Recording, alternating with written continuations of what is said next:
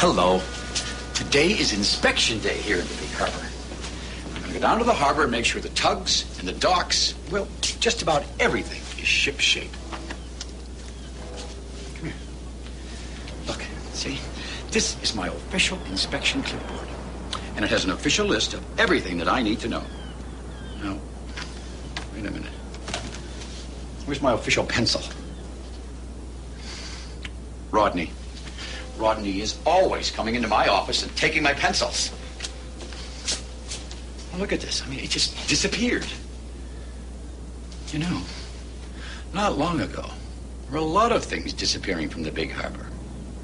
Now, that's a good story for today.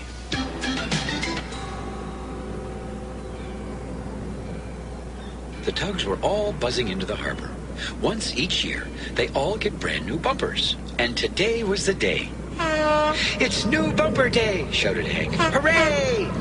New bumpers are the best," called Theodore. "They always feel so smooth when they're new," said Emily. "And big," boomed George. "Much safer than our old bumpers," added Foduck. Well, Hank was chosen to go and get the new bumpers for everyone. "Hurry back, Hank," called George.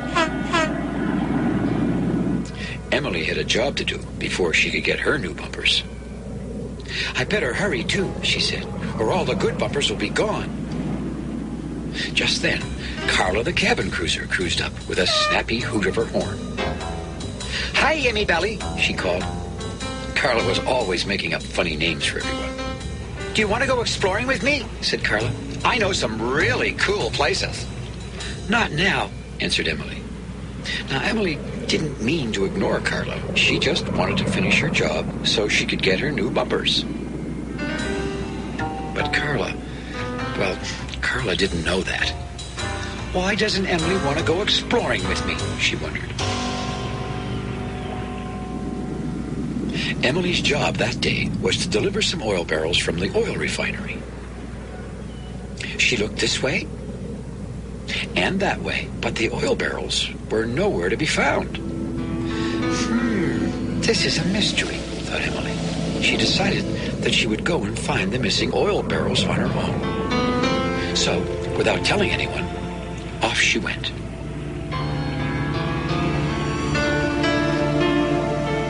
Well, it wasn't much later when Hank arrived at Bonavista's dock. Bonavista was supposed to have all the new bumpers. "Hi, Bonavista," called Hank. "Oh, hi, Hank," answered Bonavista. "Well, where are the new bumpers?" "I really don't know," replied Bonavista, sounding very puzzled. "They were right here a minute ago." "Looking for bumpers, Honk?" called Carla, with a big sly smile in her voice. "Maybe we can go exploring together for them." "Not now," shouted Hank. Hank wasn't paying attention to Carla because, you see, he was very concerned about those missing bumpers. He raced off to tell the other tugs the terrible news. "This is really strange," Carla said to herself. "Hank doesn't want to go exploring with me either."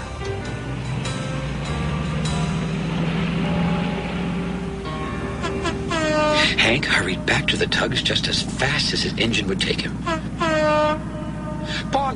Bonavista, he gasped. "Gone. As it's supposed to be on bumpers. Bumpers on Bonavista." Hank was so out of breath he could barely speak.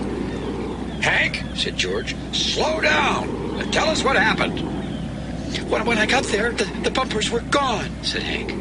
"Gone?" repeated Theodore. "Where would bumpers go?" "Hank," grumbled George, "you probably just forgot the bumpers somewhere." "Did not," shouted Hank.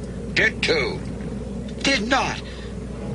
Hank was so upset at George, he turned to the dock and didn't say another word.